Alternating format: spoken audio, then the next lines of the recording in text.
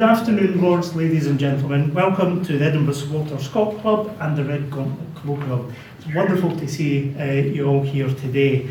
We are missing a few people, unfortunately, and I'd just like to start with apologies from Christian Kerr, who was originally down to be one of our speakers today. She sends her apologies as a family matter is keeping her away today. Apologies also from our chairperson, Lucy Wood. She's got another academic commitment today, so I'm standing in her stead to chair, so please be gentle with me.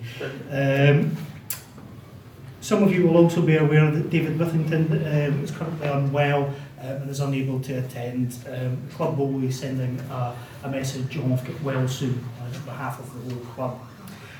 But thank you to all of you who have managed to make it along. In particular, I'd like to mention Kurt Beadle, who's come all the way from Florida to be with us today. No additional prize for travelling the furthest, but I hope you feel the warmth of us all. One other mention before we get on to today's business. You'll have seen from my recent newsletter that the next excursion is going to be a trip to the National Galleries of Scotland. I'd encourage you all to think about whether you want to come along to that, but also if you want to contribute. Instead of having a single tour guide, we're encouraging all members to pick one painting or sculpture related to Scotland. There's many to choose from, and you can have the floor for a minute, 2, 5, however long you feel inspired to speak, and talk about a particular work of art. After we've done our gallery tour, we'll return for a bit of light lunch and a very good cafe there as well. So please do get in touch with me regarding that. So to the business at hand today. Redgauntlet. I think for many people one of Scott's better novels, published 200 years ago, but still enduringly interesting today. I'm sure many of you have reread it recently in anticipation of this, and I wonder how many of you took something more from the novel than you did on your first reading. Certainly I did learn much more, and I'm looking forward today to learning from our 6 speakers even more about this fascinating book. You'll see from your programme that we have 6 speakers scheduled. They're actually not in the order in which they're going to speak, but in alphabetical order there. There's a short biography of each, so I'm going to keep my introductions brief to each of our speakers, and there's a little abstract of their subject and paper today. We're actually going to start with Professor Penny Fielding on Redgauntlet and espionage. Penny's well known to you here, of course, as our immediate past president. Following Penny, we will hear from Professor David Purdie of IASH, the Institute for the Advanced Study in the Humanities at Edinburgh University. I'm a regular speaker and council member of the Scot Club. We're then hoping that Dr. Ainsley McIntosh will join us. She's currently running a little bit late. She'll be followed by Ian Chisholm, and we'll be finishing off very strongly with James Wolffe and Lord Stewart, looking at some of the legal aspects behind Redgauntlet. So I think you'll agree we've got a wonderful selection of legal, literary and historic minds to help us grapple with the complexities of Redgauntlet. And to get us off on good form, I'd invite Professor Penny Fielding to come to the podium. Thank you.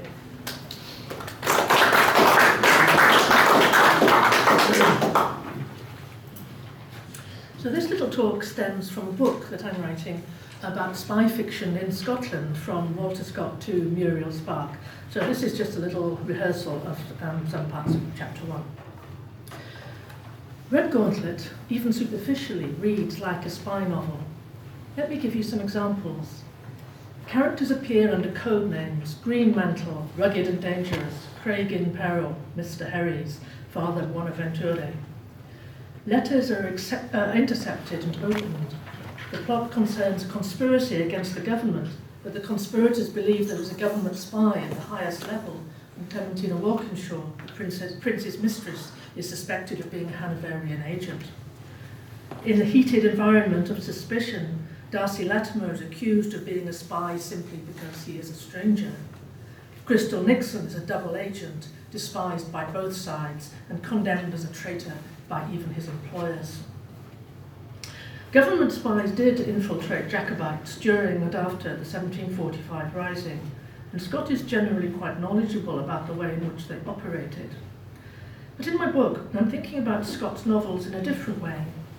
Redgauntlet looks back not only at the Jacobite period, but also at its own recent past. So I'm going to talk here about how the novel is receptive to the period from 1815, leading up to its publication in 1824. Now, as many of you will know, the end of the Napoleonic Wars in 1815 ushered in some very troubled times in Britain. The combination of an economic depression and the protectionist Corn Laws made life for working people very difficult and gave rise to radical movements. These were predominant in concentrations of weaving communities in the north of England and the west of Scotland, and radical societies and incipient trades unions were the target of government spies and agents provocateurs trying to maintain state control of these radical movements. Redgauntlet has a sense of a country that has recently come to the end of open conflict. Darcy, who is always one step behind the political intrigue that he's caught up in, Darcy believes that the conclusion of the 7 Years' War has led to a period of national stability. He thinks that, quote, France has been utterly dismayed by the tremendous lessons of the last war and will hardly provoke another. But at the same time, we seem to be heading from the end of the hot war with France to a kind of Cold War of suspicion and clandestine activities. Here, Darcy notes in his journal a growing sense of unease within the nation. There have been rumours lately, he writes, as if the present state of the nation, or at least some discontented provinces, agitated by a variety of causes, but particularly by the unpopularity of the present administration, may seem to this species of agitator a favourable period for recommencing their intrigues. So we have an unpopular administration, covert rumours, agitators, and intrigue. This is a state of affairs that could apply equally to 1760s Scotland, where the novel is set, and post-1815 Britain as a whole. In response to radical dissent and unrest among the weaving communities, Lord Liverpool, the Prime Minister, and his much disliked Home Secretary, Lord Sidmouth, reinforced their network of spies and informers to gain advanced knowledge of radical protest and possible uprisings. Habeas corpus was suspended in 1817 to allow imprisonment without trial, and a wave of protest swept over the Whig press, who were obviously more sympathetic to the radicals. Here is an extract from the newly founded Scotsman newspaper, expressing the fear that the whole of society would become corrupted by the ubiquity of spies. This is from 1817. But does not the mere acknowledgement of employing spies generate a feeling of distrust and insecurity? This may be limited at first, but in the end it will spread throughout the whole of society. Spies will be afraid of each other. Every man will fear his neighbour, and thus a rank crop of the most malignant and destructive passions will be brought to maturity. Redgauntlet, the novel, has a pervasive sense that under the surface of society, secretive forces are at work. And I'm going to read out a conversation between Darcy and Crystal Nixon, who's one of Redgauntlet's henchmen, who is, as we've seen, a double agent. And this is about what might happen to Darcy if he rejects his uncle's demands to join the rebellion. So Crystal Nixon says, there are sharp laws in France. Lettres de cachet are easily come by. You can be imprisoned without trial with the seal, technically, of the king. In practice, one of his secretaries. So lettres de cachet are easily come by when such men as we are concerned with interest themselves in this matter. And Darcy, as he often says, but we are not in France, says poor Darcy, through whose blood ran a cold shivering at the idea of prison. And Crystal says, a fast-sailing lugger will soon bring you there, though, snug stowed under hatches like a cask of moonlight. Mm-hmm.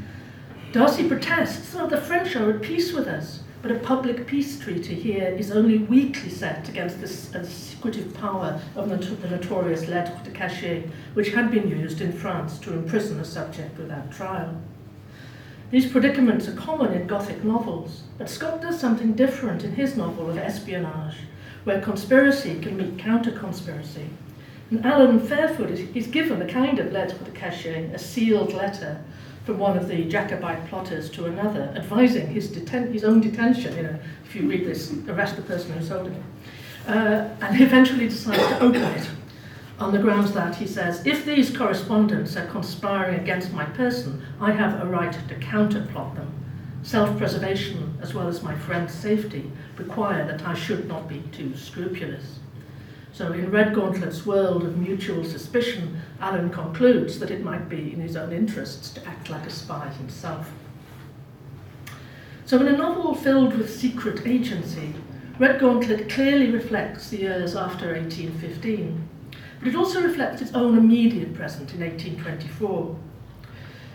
That year turned out to be full of reflections on the spy scandals of recent years.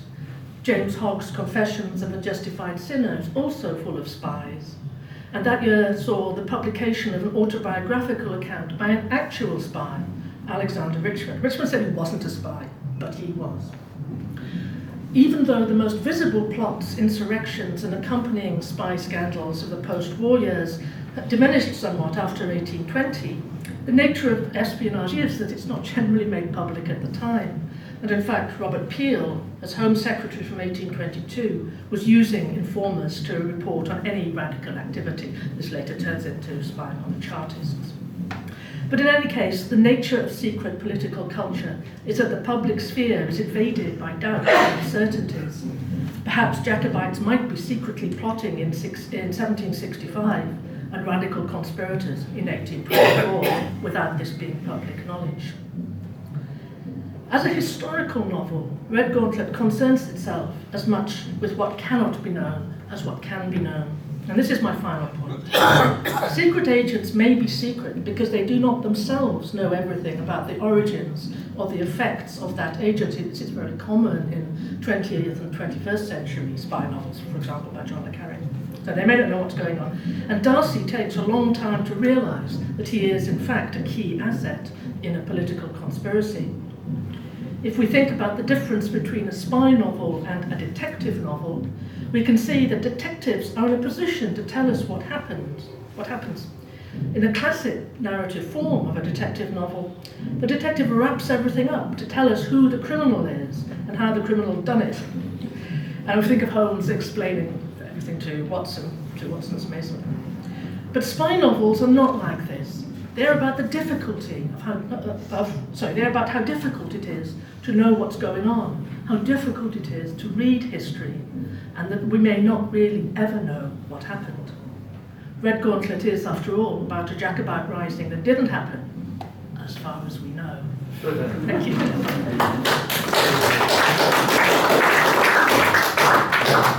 So the format for today is going to be 6 speakers, hopefully if Ainsley turns up, if not 5. After each speaker we're going to allow just one question or comment, if there is one, and then at the end we'll gather together for a roundtable discussion on all of the papers and the novel as a whole. So is there any burning question for Penny just now?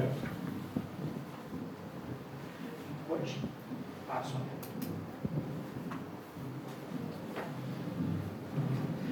So we've had apologies from Ainsley. She's not able to join us today because of some personal circumstances. But we have more than enough good speakers to carry the day. The next of which will be Professor David Purdie. So I'm going to invite David to come up.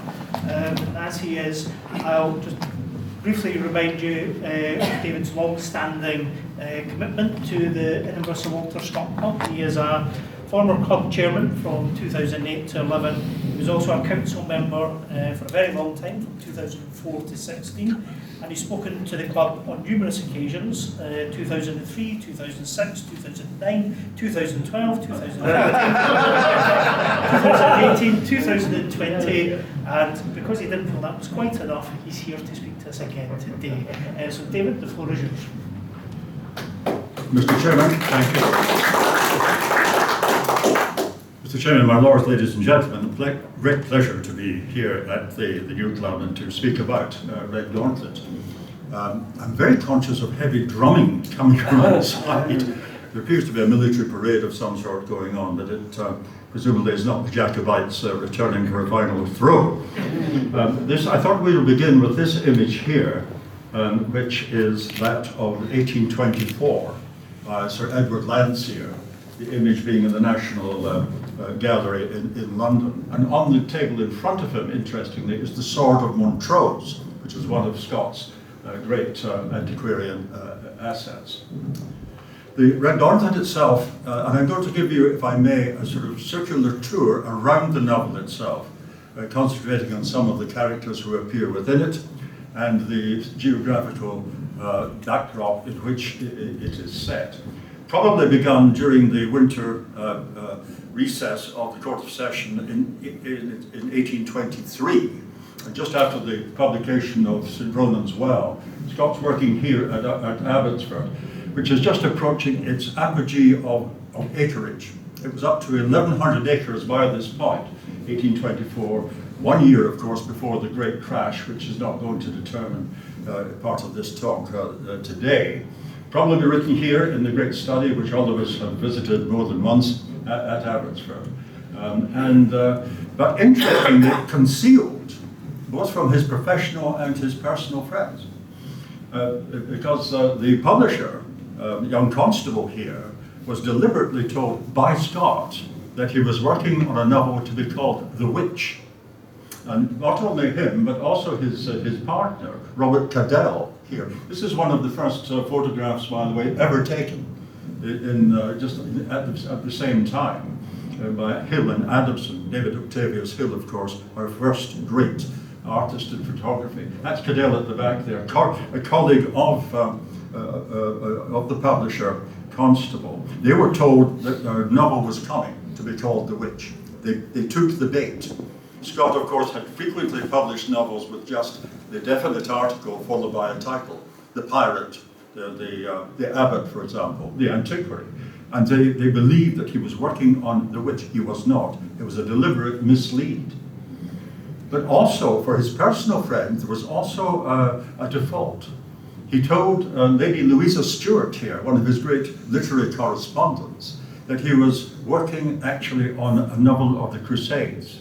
So this wasn't a deliberate mislead, as with Constable and Cadell. This was a gentle movement to one side, because he was, of course, thinking about the novel that would follow Redgauntlet, the two of them being, of course, The Betrothed and the Talisman. And that was concealed from Lady Louisa and from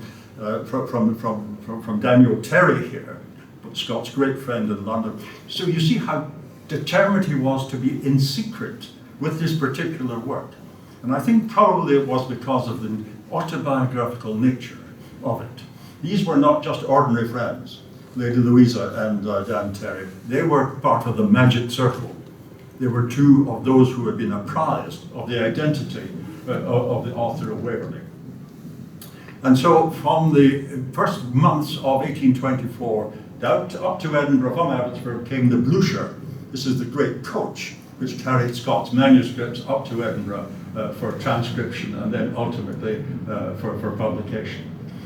Now the location of the home, which we know it to have been in George Square, Scott's own home, and of course Brown Square. I love this image. This is 100 years ago this year.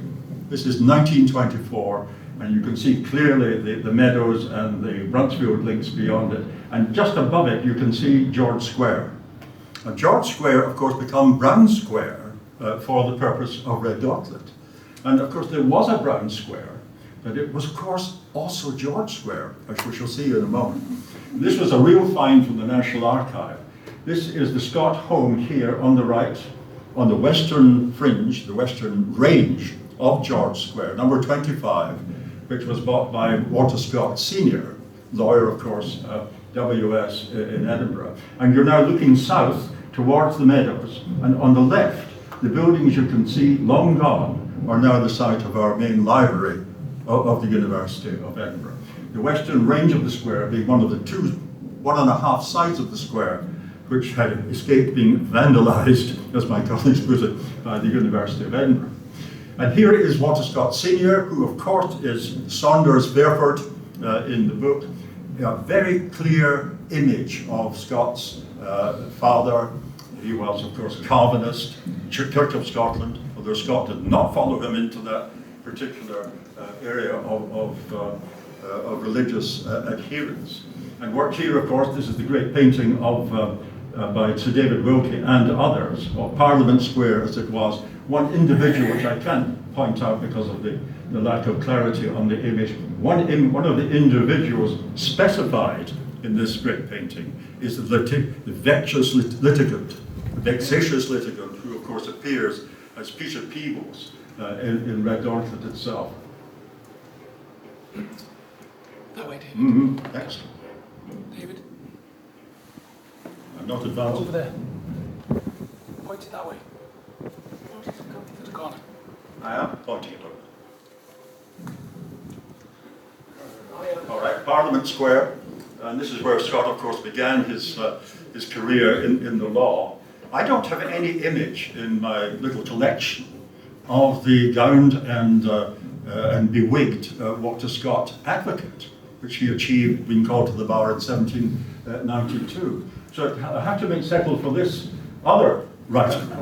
You may recognise, of course, another great writer of Edinburgh, who we rarely see in his advocate's gown and wig. This is, of course, Robert Louis Stevenson, who compromised with his father, who wanted him to be an engineer and build lighthouses, with RLS himself, who wanted to be a writer, and indeed, of course, did become so.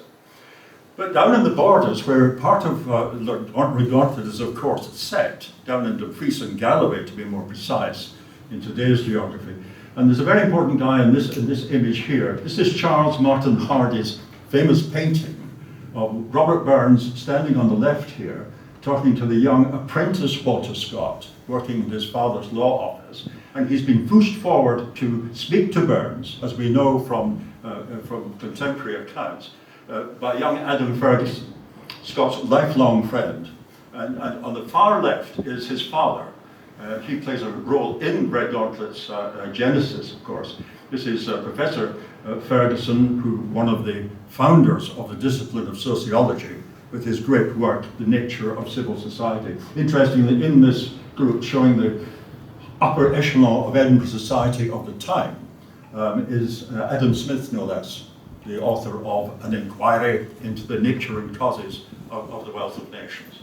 By the way, you can see that Professor Ferguson Senior is poking the fire. Well, he might. It was the coldest house in Edinburgh, and known to his friends and colleagues as Kamchatka, after the great Siberian peninsula. That's right.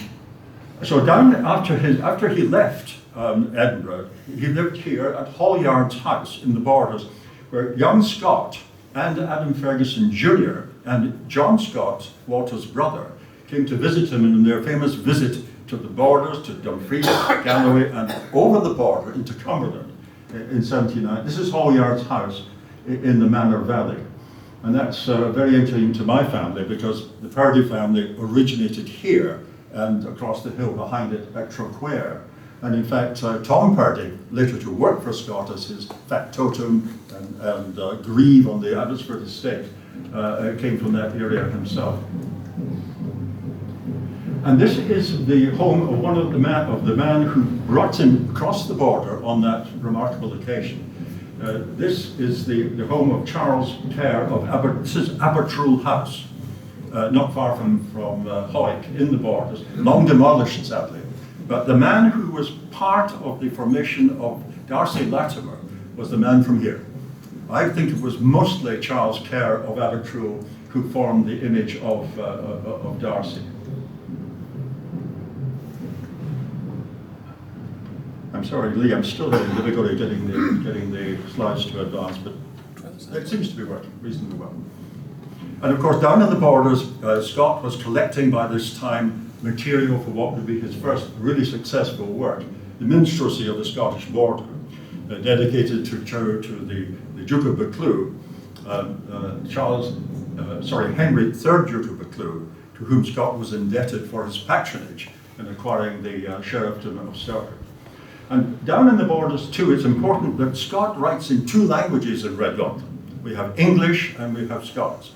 And for our overseas guests today, can I just reiterate something which is unique to all of us here, and that is the Scots language, the Lowland Scots language is not, repeat, not a dialect of English. It is a true language in its own right and recognised as such by the European Union. Scott learned it down here, spending quite a bit of his childhood at Sandyknow Farm, his grandfather's farm in the Borders near Chisholm. Oh, come on. Interestingly, in the Borders, he was a great admirer, Scott, of the poet Burns. He did not come to the funeral of Burns, slightly before their visit to the Borders that I've just mentioned. This is the funeral of our national bard, in Dumfries, in July 1796. For some reasons we're not entirely clear about, despite Scott praising Burns and his legacy. Eric Anderson here, the editor, superb editor of Scott's Journal, makes a particular point of recalling how Scott writes, "Peace to thy soul and long life to thy fame, Rob Burns. If I need a phrase about something about which I feel strongly, I find that phrase in Shakespeare or in thee." But down in the Borders with his friends, with young Adam Ferguson, his brother John, and Charles Kerr of Abertrue, this is where the meeting took place. This is Gillisland, 12 miles east of Carlisle, bordering Cumberland, very close to Hadrian's Wall, where they were on holiday and where he met a certain lady, Charlotte Charpentier, who would later become Mrs. Scott and later, of course, Lady Scott. And here in St. Mary's Kirk in Carlisle, this is the rail, as it's called, in this church, High Church of England church. Scott and Charlotte were married.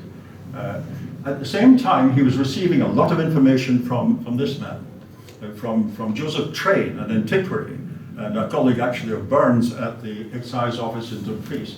He was of immense value to Scott by telling him the stories of the Borders, Train himself being an excise officer at some times. This is Criffel in the background, smuggling brig here on the Solway, and Scott was a great expert by this time on what was going on along the coastline of Dumfries and Galloway, and the interactions between the smugglers, which were rife at the time, and the revenue men. This is Robert Burns' own weapon. I used to think this was a musket, until my soldier son, home on leave from the army, said, "Daddy, that's not a musket, that's a carbine."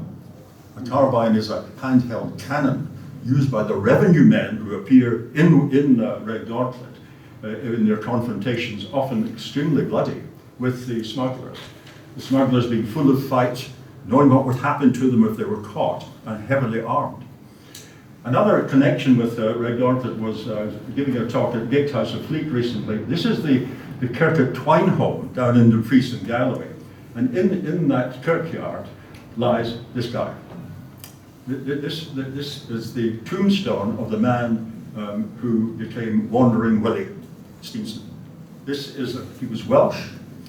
His name was Pritchard, and he was coming home from gigs in Ireland, passing through Twineholme, when there was a major accident. He was sheltering in a sand pit or a sand cavern, which collapsed upon him, his wife Helen, who was a harpist, and their children. They were all killed. And this is the memorial to young Pritchard. And he was blind, by the way, just as Wandering Willie was. He was blind from military service in Egypt, probably from Bilharzia, which was rife among our troops under General Abercrombie at that time. There are also very interesting in the Redgauntlet dramatis personae is this lady. We don't know everything about her even yet. This is the wife, formerly the mistress of Charles Edward Stewart. She was born in Stirlingshire, and this house here, this is Bannockburn House, the home of her cousins and her uncles. In Stirlingshire, of course, not far from the great battlefield of Bannockburn. And she became the mistress for 8 years of Charles Edward Stewart in the 1750s. No longer bonny, as you can see. This painting by Hugh Douglas Hamilton is in the Scottish National Portrait Gallery, just a few yards away up in Queen Street. And this is her daughter Charlotte, who became the nurse and the accompaniment to Charles Edward Stewart, her father, for the last 4 years of his life. she then dying 1 year after him in 1789, same year as the Revolution. And I mentioned to my neighbour just earlier that there is still a Jacobite connection. This is the present head of the Jacobite faction. This is, would you believe, Bonaventure. This is Franz Bonaventure, Herzog von Bade, the Duke of Bavaria. And if you go online to the Royal Stewart website, you will find that he is regarded as the present claimant to the throne. This is a delightful aristocrat, a man of great scholarship and intellectual power, and who sent a lovely letter to our king, to King Charles III. The second King Charles III, remember, because after his father's death, Charles Edward Stewart designed himself, or called himself Charles III, briefly. He sent a letter to our king congratulating him on his accession to the throne. One other individual I want to mention before the end is this guy. This is the sheriff courtroom at Selkirk. Scott, remember, was an advocate, sheriff of Selkirkshire, principal clerk of session, and in court one day he faced up to a man in the dock who was in fact the model for Crystal Nixon. If you look at the description of Crystal Nixon, it is Tom Purdie to the life. I'm sure Tom was not impressed to find that Crystal Nixon turned out to be a traitor. Oh, that's my klaxon. My time in uniform being spent at sea. That's the klaxon. It means action stations, mine dead ahead, or enemy in sight, and allows me 4 minutes to finish these remarks. Within my life. Very proud of this guy. He was a delightful asset for Scott at Aberystwyth in many formats. And just let me finish by looking once at the. Sorry, can I go back to that? The Court of Session. Our jurists here today will recognise, of course, the court. Scott's command of Scots and English comes out all the way through Redgauntlet. He is utterly fluent in Scots and in English, having learned the Scots language as I did in the borders from my relatives in farming. And I think there's a delightful story about that. His lordship on the bench during a case in the Court of Session was having great difficulty understanding what was being led in evidence by an old Borders sheep farmer from Kelso or from Jedburgh, deep in the borders. The old boy did not speak English, he spoke Scots, complete with powerful Borders dialect and diction, leaving his lordship seriously at sea. But you could see where help might come from. Down in the well of the court on that particular day was the principal clerk of session in wig and gown, Walter Scott, one of the country's greatest authorities on the Borders dialect. So apparently his lordship called Mr. Scott, kindly approached the bench. He said, Mr. Scott, put this question to this witness. Does he believe that the defender in this case is a man of probity? If he's an upright, honest person, a man of probity. Put this kindly to the witness. Scott went over to the witness stand and said to the old farmer, His lordship is spearing o' you anent the defender yonder. But you had the creator to be onywise lovable. And the witness said, Him? I wouldn't have lipping away a bull stick. Scott went back to the bench and said, No, my lord.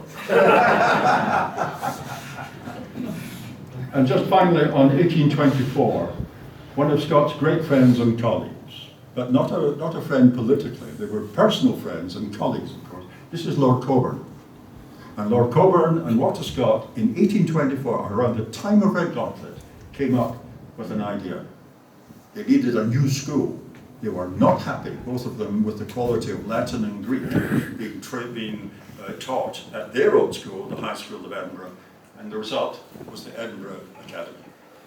And I was able to find, when I was giving a talk on speech day at the Academy some years ago, the text of Walter Scott's address, because he was invited by Lord Cockburn, to give the address on that first morning of the school to the 300 boys at the intake.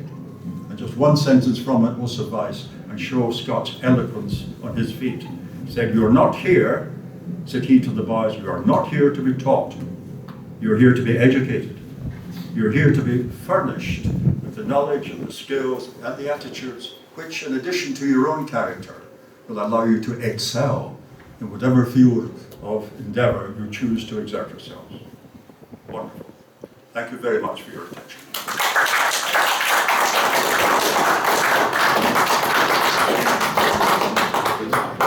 Thank you for keeping to time and also for competing with the background drums.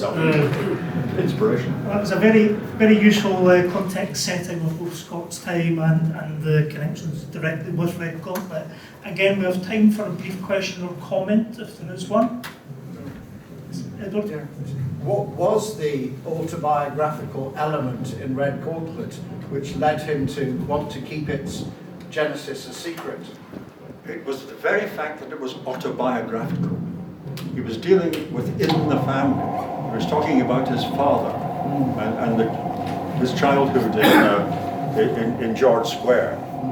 And so I think I forgot to mention that it was only very recently I discovered that George Square was Brown Square.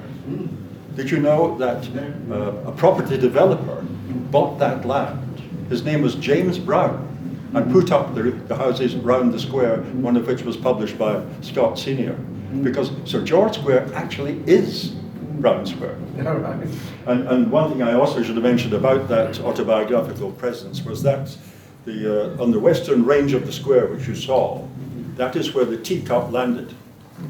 A teacup landed out of the window, thrown by Scott Senior of all people, because it had touched the lips of Stewart of Broughton, who had turned Queen's evidence against me. Yes, and such was the moral probity of Scott Senior, a man of distinct moral rectitude, fine man, that he would not have it in the house. Scott kept the saucer; it's at Abbotsford now. Yeah. So it was. He wanted it in the fact. He didn't want anyone to know what he was doing for these few months over the winter of 23-24. Thank you. Sir. Just one back row note of approbation of the importance of the southwest from which some of us come. In Annandale, where I was raking for books in a fortnight ago, I've got this wonderful book, Exploring the Solway. And the interesting thing about it is it's quintessentially we're talking about debatable lands, where you have one culture and another, only 2 miles across the water from Annan. And I shall place the book which refers to, in fact, a bit of the Solway Firth, which is in fact the line where the airship got caught at the tide. We'll live that language in this story mostly, where Annandale is in place. You're dead right. The debatable land is a major part of our history and that of our dear friends and neighbours south of Hadrian's Wall. The debatable land belonged to both sides until it was settled, finally, by Queen Elizabeth. And Queen Elizabeth told her Secretary of State, go up to Scotland and tell King Jamie to sort out the border. There was no doubt in Queen Elizabeth's mind, we now know, that James VI of Scotland would be her successor. But he had to pacify the border first. The debatable land then coalesced around what is the border today, as you know, the River Tweed at its eastern end. Yeah. Thank you, David. Sorry, one final thing, Scott's ancestors themselves knew the debatable land very well. Old Wat of Harden, the Scots of Harden, they were much involved, as were my own ancestors, right through the Middle Ages in what we might call diplomatically the cross-border livestock transportation industry. Thank you. Thank you, David. So moving on to our next speaker, I'm very pleased to welcome Ian up to the podium. Ian's well known to most of you, I assume, from his long years association with the Scott Club. But he's also well known in Burns and historical circles as well. And last spoke to us very eloquently on Scott as a historian. So I'm very pleased to welcome you back to speak to us again, Ian. Thank you, David. Thank you. Now, I'm going to talk about late Jacobitism, one aspect of it. We know from Redgauntlet and other sources that Scott is a great expert, but he's also the source of a Jacobite mystery, which is still not cleared up. Now, Washington Irving visited Scott at Abbotsford in 1817, and he was informed by Scott that he found among the Stewart papers at Carlton House a memorial to Charles Edward, dated 1778, from some adherents in America, proposing to make him leader or king of the rebellious colonies. Irving says in his book about this Abbotsford and Newstead, he regretted he did not question Scott further on this. And not this indeed unfortunate, for the document referred to by Irving and shown by Scott has never been seen since, despite various searches in the 19th century and subsequently in the Stewart papers. I had hoped that the catalogue of the Abbotsford Library might actually throw up this document, but no luck. Now, in Tales of a Grandfather, Scott does refer in general terms to an approach to Charles Edward by some Americans, and there are some papers in the Stewart archive that show Charles was aware of such approaches, but he thought it, quote, inadvisable to engage in measures of this kind. So, who were the protagonists behind this scheme? As well as this search of papers here, American researchers have also looked. Nothing of importance has been found, although there is some evidence that the approach came from New England. Now, it's interesting to note, before the American Revolution, the leading patriots believed the colonies were the king's own to govern, the Parliament should intervene, and they urged George III to defy Parliament and deal directly with the Americans. Like the Stuart kings, and both John Adams and Alexander Hamilton favoured a constitutional monarchy in principle for America rather than a presidency. Now, you may think that Charles Edward's Catholicism would be a bar to him becoming king in America, but of course, after the 45, Charles Edward realised it was Catholicism that was the problem for the acceptance of the Stuarts, and he became an Anglican for many years. The trouble is, of course, his father was still alive for another 20 years, and James Francis Edward had already decided, unlike his great-grandfather Henry IV, who thought Paris was worth a mass, James Francis Edward decided London was not worth giving up the mass for, despite the sort of urgent attempts by the British government at the time to persuade him to become king, rather than the 22nd removed non-English speaking George I. Now, it's interesting that the president's powers in the American Constitution, in Article 2, very much set out by Hamilton, are very much based upon the powers of the Stuart kings, particularly rather the royal prerogative powers, such as one example being the veto the American president has over Congress passing laws, which is akin to the royal assent in a way, although that has not been used since the time of Queen Anne by monarchs. And the recent judgment by the Supreme Court is quite interesting in this context, because it does support the view of presidential powers as being akin to royal prerogative powers. Arguably, America is a monarchy disguised as a republic, while we here are a republic disguised as a monarchy, in that the royal prerogative powers now rest with the government, particularly the Prime Minister. Interestingly, the first question asked by Rishi Sunak as leader of the opposition to Keir Starmer was on this subject. Do you accept that you can decide to go to war without Parliament agreeing? Because Keir Starmer, when in opposition, had been rather ambiguous on this. But interestingly, as Prime Minister, he now supports this view. Now, the subject of this American approach to King Charles is, of course, covered in an excellent John Buchan short story, The Company of the Marjolaine, where a delegation of Americans come to visit the alcoholic Charles, take one look at him, of course, and go home again. But it's an interesting something. Thank you very much.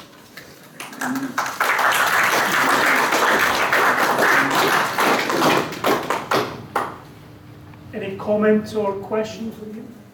In which case, thank you very much. Okay. So we're ticking along nicely, past the halfway point in terms of speakers. We have two more speakers to come. First we have James Wolffe. He'll be well known in public, of course, as a former Lord Advocate, which of course has connections in that position to Scott. But his current role as Chair of Trustees of Abbotsford perhaps makes him an even more appropriate speaker for us today. So I'm going to invite James to come up. Thank you, James. Thanks, David. And we look forward to hearing about lawyers and outlaws. Thank you. Thanks, David, and thank you very much for inviting me to speak. I haven't got any slides, but I have a prop.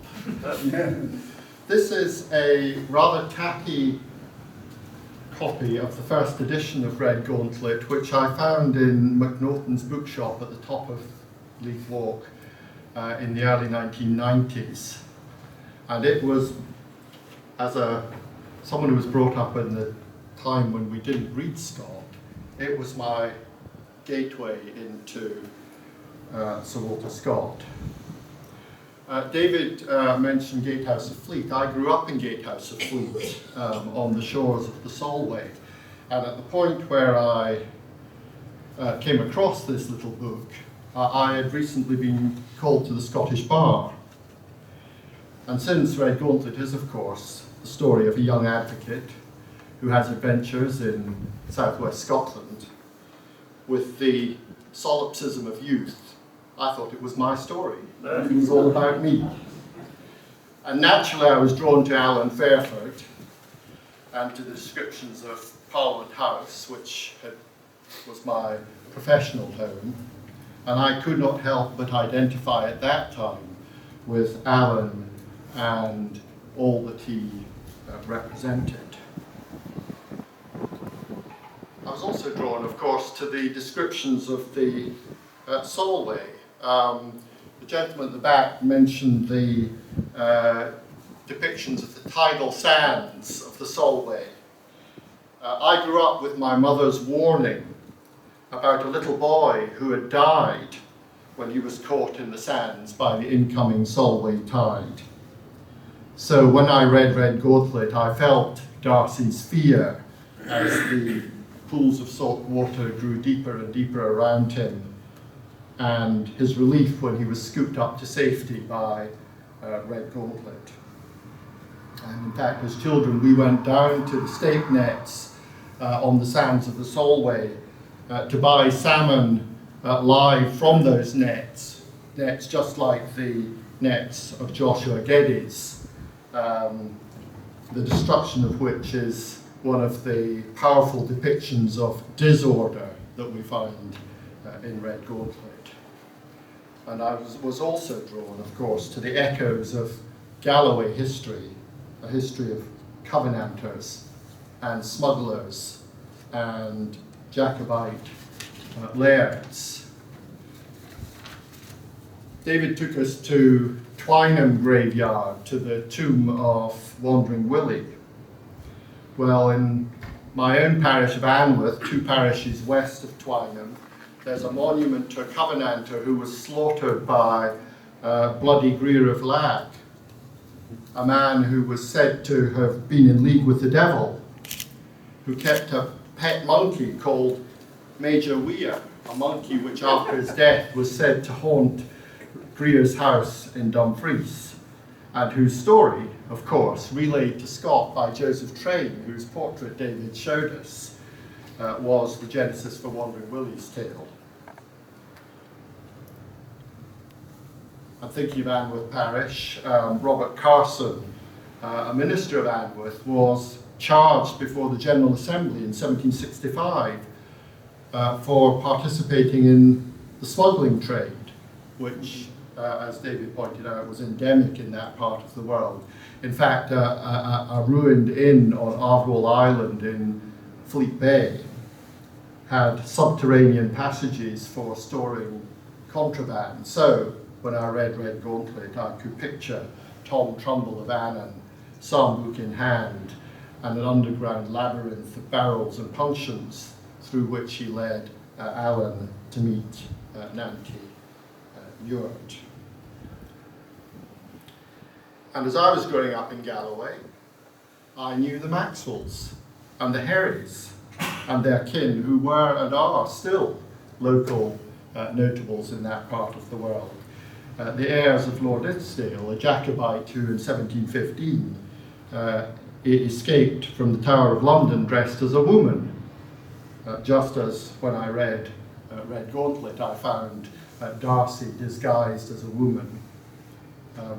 Disguise, Penny talked about espionage, so there's disguise in Redgauntlet. David, when you introduced the colloquium, you said that you hoped that we had all reread Redgauntlet recently and perhaps found something new in it. I, of course, have done just that, and there were two things that struck me rereading the book again, I have to confess, after quite a long period. The first was the humour. Read Alan's discussion with his father early on in the book, or read the description of his preparation for his first meeting with Greenmantle. I found myself laughing out loud in a way that I had not expected when I came back to the book. And the other thing that struck me as I read it again was how full the book is, on the one hand, of lawyers, and on the other hand, of outlaws. And indeed, of people who have crossed or cross from one group to the other. And I was struck how the characterization of those two groups embodies, perhaps, the broader theme, or one of the broader themes of the novel, the contrast between the realistic, unromantic, modern, Hanoverian, Whiggish world, the ordered world where peace and prosperity is underpinned by the law, and on the other hand, a world of danger, excitement, anachronism, romance. It's often said that Alan and Darcy are two sides of Scott's character, two sides of his own conception of himself. It's the autobiographical part that David mentioned. And perhaps they also represent two aspects of the society in which Scott was living, that Hanoverian Whiggish society which still had a nostalgic hankering for what's been, and which is on the romantic period. But it struck me that those two groups, thinking about these two groups of characters, the lawyers and the outlaws, illuminates those two, as it were, that same theme. Of course, the lawyers, quintessentially, we have right at the heart of the story. We have Alan, the young advocate. We have his father, who's a portrayal of Scott's own father. We have the picture of the Court of Session and the legal community within which Alan and his father worked. But incidentally, there is one portrait I'm aware of Scott in a gown but not in a wig. It's on the walls of Parliament House, and although it's not a contemporary portrait, it shows Scott in consultation with clients in the Great Hall of Parliament House. So we've got that Edinburgh legal world portrayed in Redgauntlet. But we also have other, perhaps less flattering pictures of the law. There was reference earlier to the debatable lands, to the borderlands, where which provide scope for not only for cross-border livestock traffic, but of course the smuggling that was so much part of the time and part of the of Redgauntlet. And we have unflattering portraits of the local magistracy on both sides of the border. We've got Provost Crosby in Dumfries, Justice of the Peace for the county, who has crossed from being an outlaw, crossed from being out in the 45, married to a lady of the Redgauntlet family, now the civic head of Dumfries, and a local magistrate with a son breeding to the law, we're told.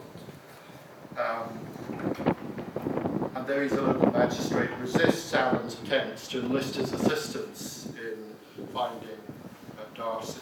And on the other side of the border, we have Justice Foxley, an ass, that was clear, says Darcy, who approves Darcy's imprisonment at the hands of his uncle. Not to mention the Justice's clerk, Mr. Nicholas, who corruptly, for a guinea, procures Peter Peebles' warrant to arrest Alan. And what about Peter Peebles? Where do we place him? He's one might think, a barrack room lawyer, but his head is in fact full of nonsense. I'm glad Angus is going to talk about Peter Peebles, because in Angus's brilliant Stair Society lecture, which you must read if you haven't, he discloses that Peter Peebles was a real litigant on the poor roll in Scott's time. And the portrayal of Peter Peebles is an accurate picture of a real peculiar disorder well known to lawyers, the disorder of the vexatious litigant. So what about the outlaws, the forces of disorder which are constantly threatening to break through and who make up so much of the novel? Well, they include those who are involved in illegal business, the smugglers, Nanty Ewart, Joshua Crackenthorpe, Tom Trumbull. They include those, of course, who actively or tacitly support the overthrow of the regime, the old Jacobite sisters at Fairladies. Peyton Perrell, a man who equally has crossed from one side to the other. We're told that he was bred to the law, but never took the gown because of the oaths, but went out in the 45 and remains a Jacobite sympathiser. And of course, the great outlaw, Charles Edward Stewart himself, Pretender. But of all the outlaws, it's Redgauntlet who, in the most determined way, has placed himself beyond the law, who rejects both the regime and the ordered society underpinned by law, which it represents. Attainted without remission, the prime mover in a conspiracy, so dedicated to the cause that he'll indulge in kidnap, imprisonment, who cares neither for law nor persons nor property if they stand in the way of his own objectives. So we have the lawyers and we have the forces of disorder in the outlaws. And then there are some interesting characters who I'm not quite sure where they fit in that antinomy. Joshua Geddes, on the one hand, his house and his garden are the epitome of good order, respectability, peace, prosperity.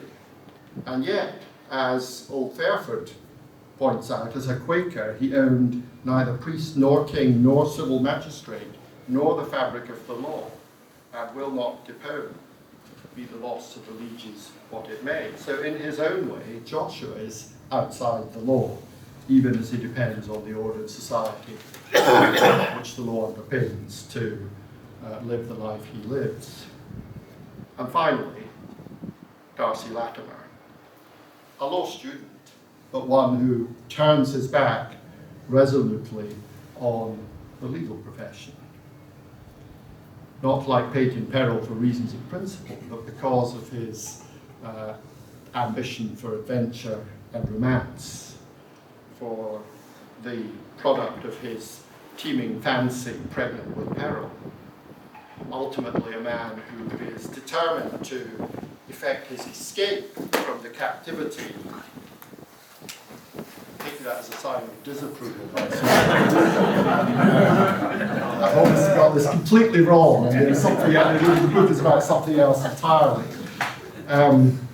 So Darcy, somebody who's determined to escape the fate, not only the fate of the legal profession to which he was initially trained, but the fate to which family tradition destined him.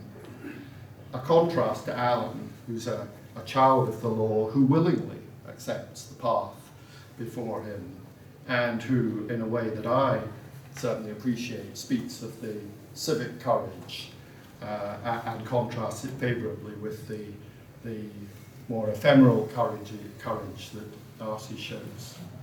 So, forces of law, forces of disorder, lawyers and outlaws, and in the end, the two are reconciled. The bonds of outlawry are loosed and dispelled when General Campbell tells the Jacobite conspirators that the king himself has directed that they are free to go whither they wish. The last remnant except for Redgauntlet and the Prince and the two old ladies, make their peace with the regime. And even Redgauntlet, as he leaves for France, expresses gladness that he had not succeeded in converting Darcy to the cause. And General Campbell is able to say, at the end of the novel, that it is now all over, and Jacobite will henceforward be no longer a party name. Thank you very much.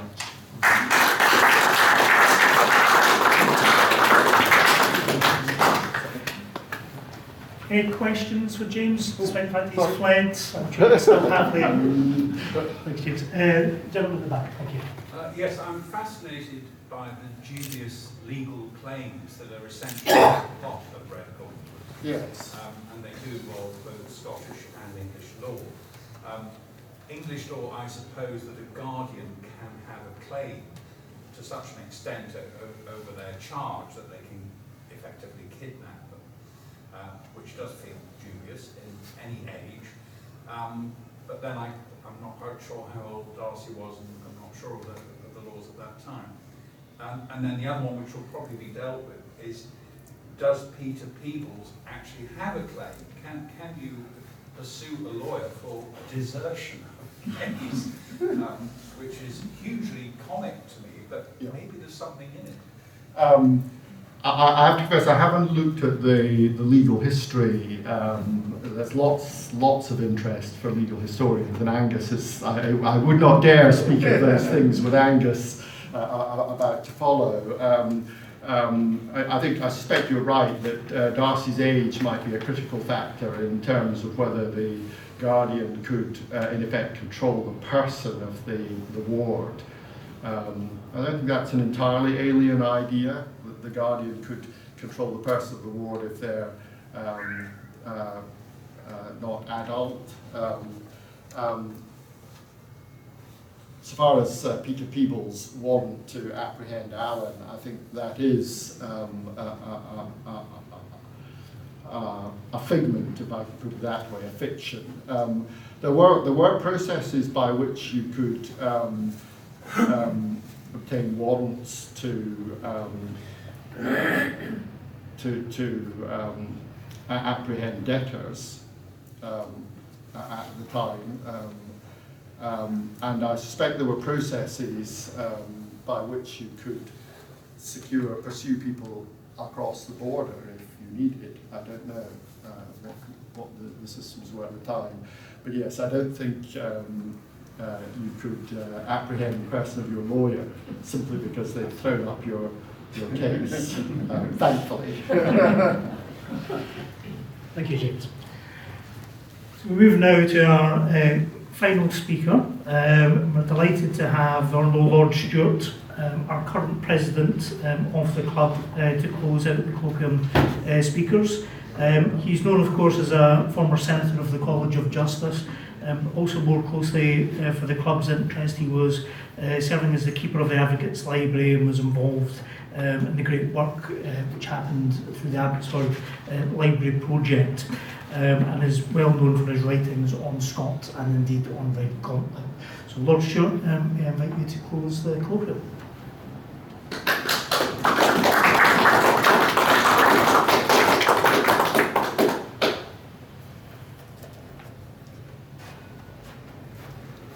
Left. Thank you.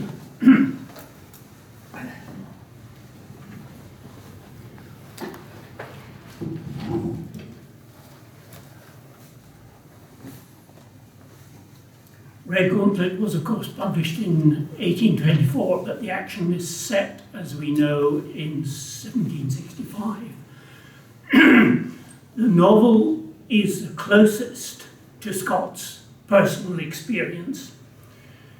The protagonist, from my point of view, being Alan Fairford, an infant advocate, called to the bar of the Court of Session in July 1765, just as the infant advocate Walter Scott was called to the bar of the same court in July 1792. The autobiographical element looks back to the old Court of Session, before it was remodelled in 1808. In 1765, the court was still a body of 15 judges, quorum of 12, sitting together in what was called the inner house. Individual judges detached, 3 at a time, to deal with first instance preliminary and interlocutory business in what was called the outer house. That's the old Scottish Parliament Hall. Decisions of the inner house were taken on a vote. There were no reasoned written judgments, but the reasoning could be gathered in remarks from the bench during the hearing and voting. Advocates had the exclusive right of audience, but advocates took instructions not directly from clients, but from solicitors, or writers, as they were called then. The superior branch of the profession were writers to the signet, styled WS, like Scott's own father, the model for Alan Fairford's WS father in the novel, Alexander or Saunders Fairford. Now, a Court of Session litigant, as we all know, I think, the crack-brained poor Peter Peebles is a celebrated minor character in Redgauntlet. In the Redgauntlet story, Peebles is one of those creatures, quote, who continues to haunt the courts of justice, where he has made shipwreck of time, means, and understanding. Such insane paupers resemble wrecks lying upon the shoals on the Goodwin Sands or in Yarmouth roads, warning other vessels to keep aloof from the banks on which they have been lost. Peter Peebles is called Poor Peter Peebles. Poor is a term of art. It means a litigant who has the benefit of admission to the poor's role and is thus entitled to free representation by both writers and advocates. Poor's role litigants were designated, quote, poor in court papers, and thus the name of Peter's case is Poor Peter Peebles against Plainstains. In the novel, this is a dispute between two linen drapers who are in partnership, each suing the other. At the Faculty of Advocates anniversary meeting, as it was termed, always held in January, at that time, 4, quote, lawyers for the poor were elected for the coming 12 months. Since the lawyers for the poor were elected in January of the year, Alan Fairford, who was called 6 months later in July, cannot be a lawyer for the poor when he encounters his first brief in Poor Peter Peebles. The poor's role advocate actually assigned to Peter Peebles takes fright, and Fairford Senior, seeing an opportunity for his son to plead before the inner house, pushes in Alan, taking it upon himself to pay the fee of 5 guineas. I believe about £750 sterling in today's money. And because Alan accepts the fee, and this is in part an answer to a question, and because he accepts the fee and takes the brief, he's bound to continue acting unless there are ethical reasons to withdraw. Alan makes a brilliant debut before the full bench. His submission, however, comes to an abrupt end when he turns up a misfiled letter about his friend Darcy Latimer, who's got into trouble on the Solway coast and may even be dead, and Alan rushes from the court. In the subplot which follows, Peter Peebles pursues Alan to drag him back to the barn. So what about the real life Peter Peebles? He usually called himself Patrick Peebles, one of the reasons that I think he hasn't been found in the archives, rather than Peter Peebles. And he was a Baxter or baker in Linlithgow. The archives have a number of Peebles cases at various levels in the 1760s, but none compares for entanglement, duration, and hopelessness with the case against Spence. Peebles started litigating against his neighbour Alexander Spence Shoemaker in the Linlithgow Sheriff Court in 1758. The subject matter was not a partnership dispute. It was dung, a dung heap. Peebles claimed that Spence's superfluity of manure encroached upon the people's yard. In 1760, the sheriff gave judgment for Spence and Peebles appealed to the Court of Session. The appeal was initially successful. Thereafter, Spence put in additional representations and Peebles' suit failed to prosper because of a series of misfortunes. Peebles became practically insolvent, and we're now in 1778, and that year he was admitted to the Poor's Roll. His nominated Poor's Roll solicitor omitted to press the cause, according to Peebles. The defender, Spence, was absolved in Peebles' absence and awarded costs in the sum of £15, 5 shillings and 1 penny halfpenny. And subsequently the expenses of enforcing the costs award amounting to £9, 16 shillings and 1 penny halfpenny, altogether about £3,500 in today's money, I believe. Peebles claimed that Spence was preparing to have the property judicially transferred to himself, when Peebles, quote, startled him with a reduction, that's an annulment, of the whole cause, and particularly of the unjust expense obtained in absence. These are words from Peebles' own pleadings. Peebles, being unable to pay, was twice committed to prison in Linlithgow's toll booth, where on his account he nearly starved to death. Peebles averred that he was coerced into making over his property to Alexander Spence and Thomas Greenhill as trustees in bankruptcy in order to obtain release from incarceration. Peebles signed over the property on the 13th of November 1784. There followed proceedings in Linlithgow to eject Peebles. Peebles did not defend these proceedings. The trustees advertised the sale for public auction to take place on the 1st of March 1787. By this stage, it seems that Peebles no longer had the benefit of the Poor's Roll. On Peebles' application as a litigant in person, Lord Dunsinane initially interdicted the auction. Peebles pleaded that before there could be any sale, the trustees had to provide an account of their financial dealings with his property, and this confirms that the trustees were now in possession. On the 26th of April 1787, Lord Alva recalled the interdict and refused Peebles' claim. I've seen no surviving evidence of further litigation involving Peebles in the Sheriff Court or the Court of Session, and I've found no record of any Peebles proceedings reaching the Inner House at any time. Having said that, the catalogue lists, I've dealt with that actually, five cases around 1760.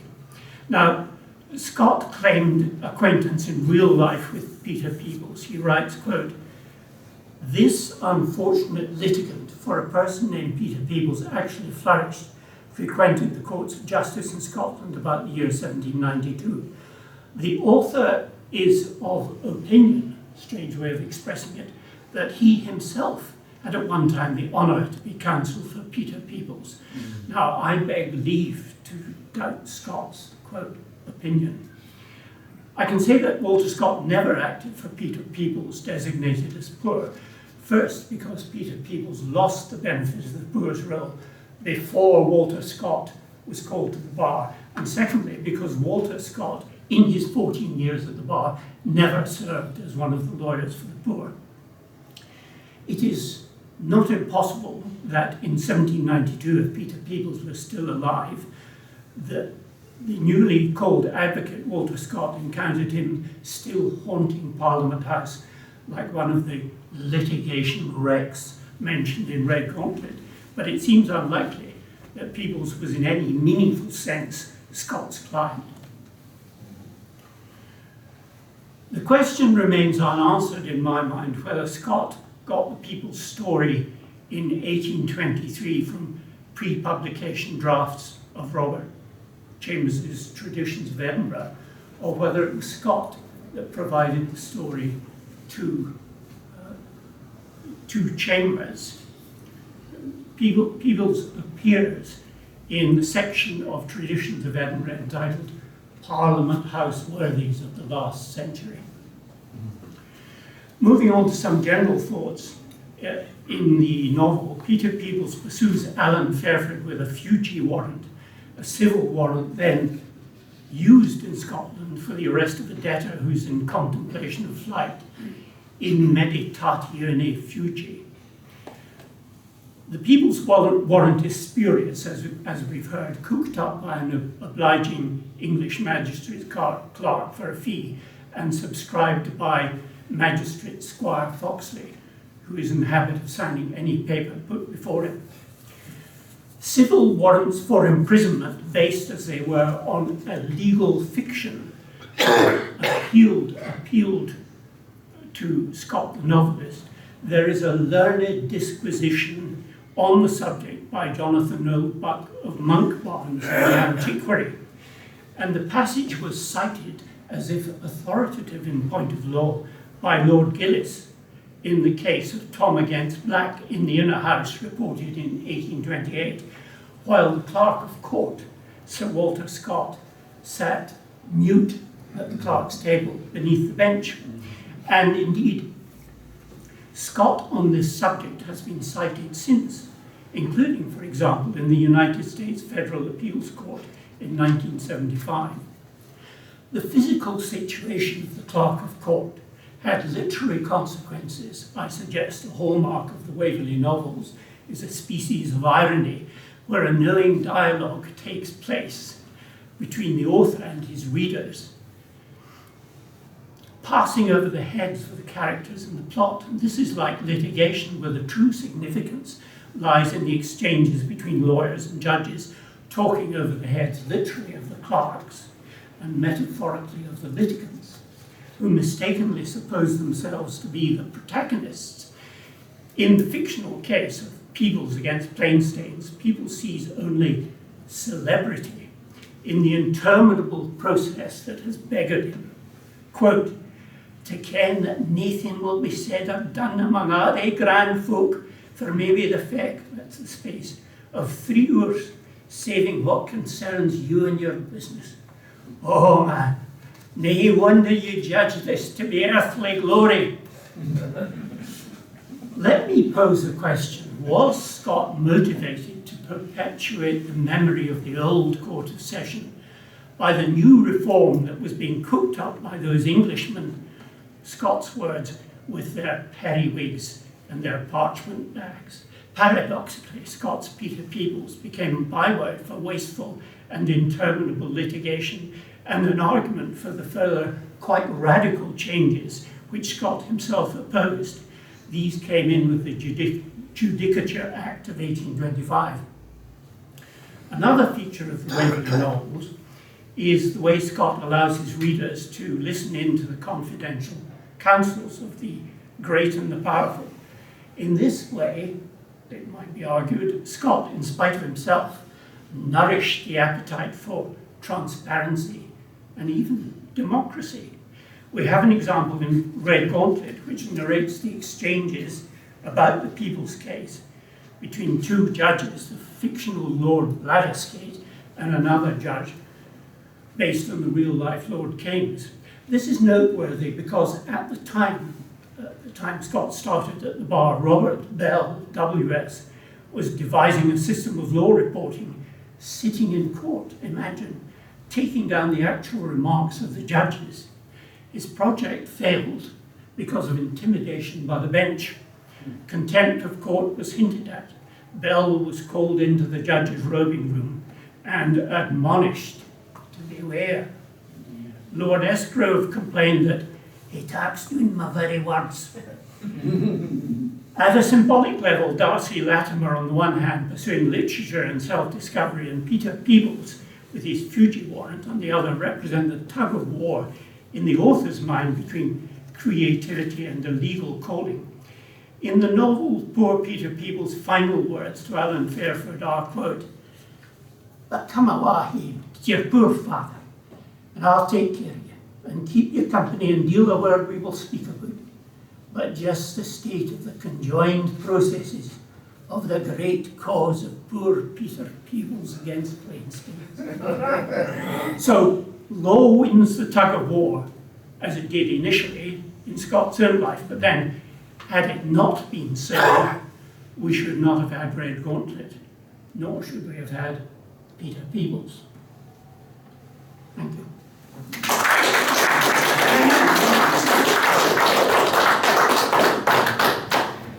Thank you very much, Angus. Do we have any questions for Lord Stewart? We have several. I'm going to take one just now because we are going to follow this with a short round table with all of our speakers. So I can ask Ian, first of all, your question, Marion. Lord Stewart, you may have said everything you wanted to say on this, but can you say any more about the connection between Robert Chambers, Parliament House worthies, and Peter Peebles, as in Redgauntlet? There may be someone or more than one person here who knows the answer to the question. The question is whether Chambers got the idea from Scott, or Scott got the idea from Chambers. I don't know the answer. What I do know is that according to the biography of Chambers published in 1871, I think it was said that Scott called on Chambers in 1823, the year before the publication of Redgauntlet, and saw some of the initial, I can't remember the exact word, something like the initial parts of Traditions of Edinburgh, which was initially published in 6 parts. And then we're told that Scott provided 15 pages, I think it was, of notes for Peebles. And then we're told that the 4th and 5th parts of the Edinburgh book, the Chambers Edinburgh book, Traditions of Edinburgh, were late in publication because Scott held on to the proofs that he was revising, the proofs of his own contribution. And there is a physical record of this in the fact that the section headed Parliament House worthies in part 5 actually belongs to part 4. The pagination starts with part 5 at page 100, as if it actually should be part of part 4. Now, I don't know whether, as I did mention, I think Peter Peebles, the real-life Peter Peebles, is in that section of the book. I don't know whether that's all Scott, or partly Chambers, or all Chambers. Thank you. Okay, thank you so much. So we're going to take just a short break, let's say 5 minutes, a chance to stretch your legs, refresh yourself with some water at the back or to the side, or take a comfort break. We're just going to arrange some seats at the front and invite our speakers back up. And then we're going to open up to the floor for questions to any of the speakers on any of the papers you've heard, or indeed any question generally about Redgauntlet. And then after that, we'll retire from the informal part, which is lunch. So short break just now. Join me just now as a quick thank you to our 5 speakers, and we'll see you in 5 minutes.